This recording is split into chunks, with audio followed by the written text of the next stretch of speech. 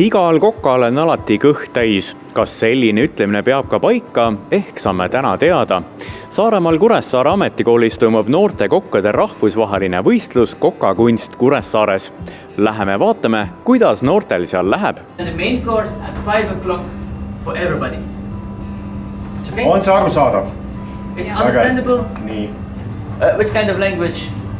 Estonian, English? Russian is more difficult for me, but somebody will translate.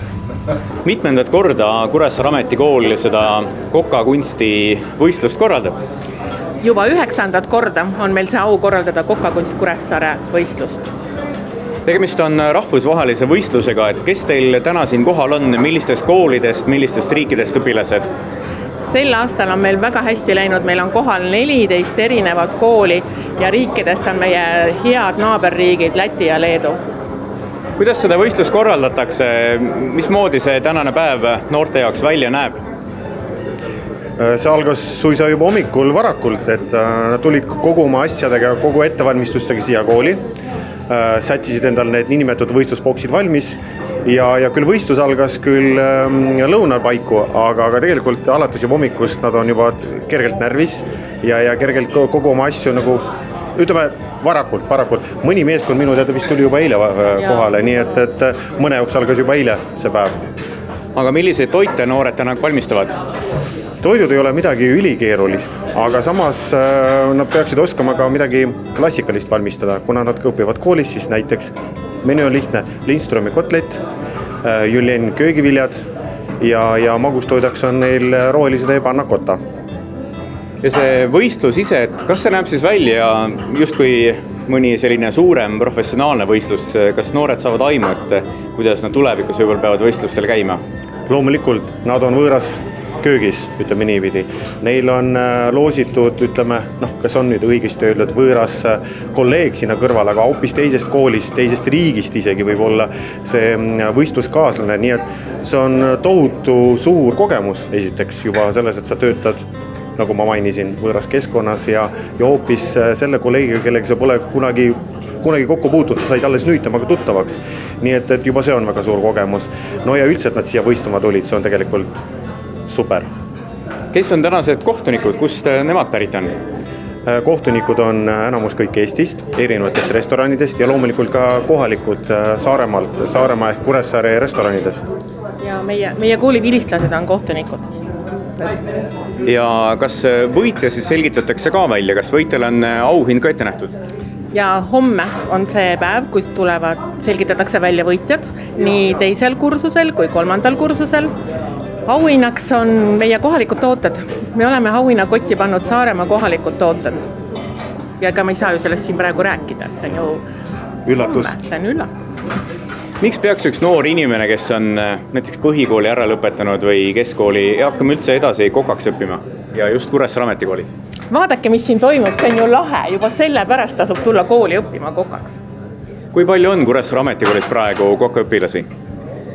Kahjuks on neid vähe, et see on selline kurb koht, et õpilased ei taha tulla kokaks õppima, et kas töö on raske, kuigi tegelikult on ju põnev, Rudolf on. See on äge amet tegelikult, väga äge amet, nii et kindlasti tasub selle peale mõelda, et kokaks tulla õppima ja et ilus vormiriietus, valge, kus on veel nii puhas vormiriietus, ainult kokkadel, nii et juba selle pärast ütleks niipidi. Ja kokkadel on lubatud ka toiduga mängida, nii et miks mitte?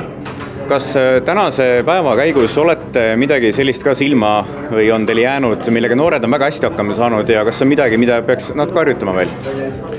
No eks vigu tuleb igasuguseid välja, aga tegelikult kui vaadata siin selja taga, mis toimub, kõik on suju, kõik on puhas, kõik on läbi mõeldud, väga hästi organiseeritud õpilaste poolt, ka kooli poolt muideks, nii et selle koha pealt praegu ei oska küll neile midagi niisugust nagu väga suurt, ütleme, vigu neil küll ei ole tõesti väga palju praegu igal minu lehe peale küll märgitud, nii et nad on siiamaani väga tublid olnud. Kas ühel kokal on alati kõht täis? Oi, see on väga valus küsimus. Ega tüüa kõhuga on muidugi raske tööd teha, aga kokal üldiselt aega vahepeal süüa teha, ta maitseb neid toite, nii et on tunne küll nagu kõht oleks täis, aga hakkad koju liikuma, vaatad, et kõht jäi ikka tühjaks, nii et selles mõttes, et ma ei saa öelda, et kokkadel oleks kõht kogu aeg täis.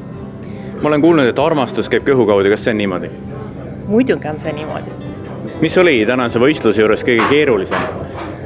ma arvan, et kotlett oli kõige keerulisem, sellepärast et mina tegin vaakummasinaga ja siis seal läks natukene juhu sellega. kas see on esimene võistlus, kus te osalete? Ei ole, ma olen võistelnud 7 võistlustel Tekos.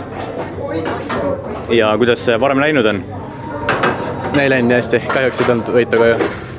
aga täna on aimu, kas läks siis pigem hästi või kuidas? No ma tunnen ennast enesekindlalt, aga loodab parimat. mis on söögi tegemise juures kõige tähtsam, kas maitse või see, kuidas süüa teha? Tegelikult mõlemad, et valmistamistehnika kui ka maitsestamine on samamoodi olulised. Kui toit hästi ei maitse, siis loomulikult ei sünni see süüa. kas ühel heal kokal on kõht alati täis? On. kuidas siis teil on tänane võistluspäev välja kukkunud? Võib öelda nii, et mõned asjad veidi läksid valesti, aga muidu võib rahule jääda, et jah. aga mis valesti läks? Meil jäi üks asi tegemata, mis on tegelikult päris oluline, kuna meil ei tulnud kohe pähe, mis on, kuidas täpselt teha seda. ja mitmes võistlus see juba on teil? Mul on see esimene oli mul noorel kokal, kui ma olin abikokk, aga nüüd ma nagu päriselt kokana võistlen. ja olete Kuressaare Ametikooli õpilane? Ei ole, Viljandi Kutseõppekeskuse. kas on mingisugust vahet ka märgata, et kuidas Viljandis kokad töötavad või siis siin Saaremaal Kuressaares? Ma pole tegelikult märganud, kuidas siin Kuressaares töötavad, aga väga tegelikult erinevust võib-olla ei ole, võib-olla mõned töövahendid on teistmoodi. miks te olete hakanud üldse kokaks õppima? miks selline ametvalik? Esialgu mul ei olnud muud võimalust kuskil õppima minna, aga nagu õppe käigus mulle hakkas täitsa meeldima see eriala. kuidas te oma tänase abilisega olete rahule jäänud? Väga rahule olen jäänud, väga eeskujulik ja tore inimene on. või kas ta on üldse abiline? ta on abiline, teie olete peakokk ja tema on abiline? Meil on nagu samas paadis oleme. ja kuidas teie oma paadikaaslasega olete rahule jäänud? Täitsa rahul, ei saa kurta. ja miks see koka eriala? Meeldib süüa teha ja meeldib ise ka ja niisama süüa vabal ajal. et meeldib süüa teha ja endale ka süüa? Jaa, ikka.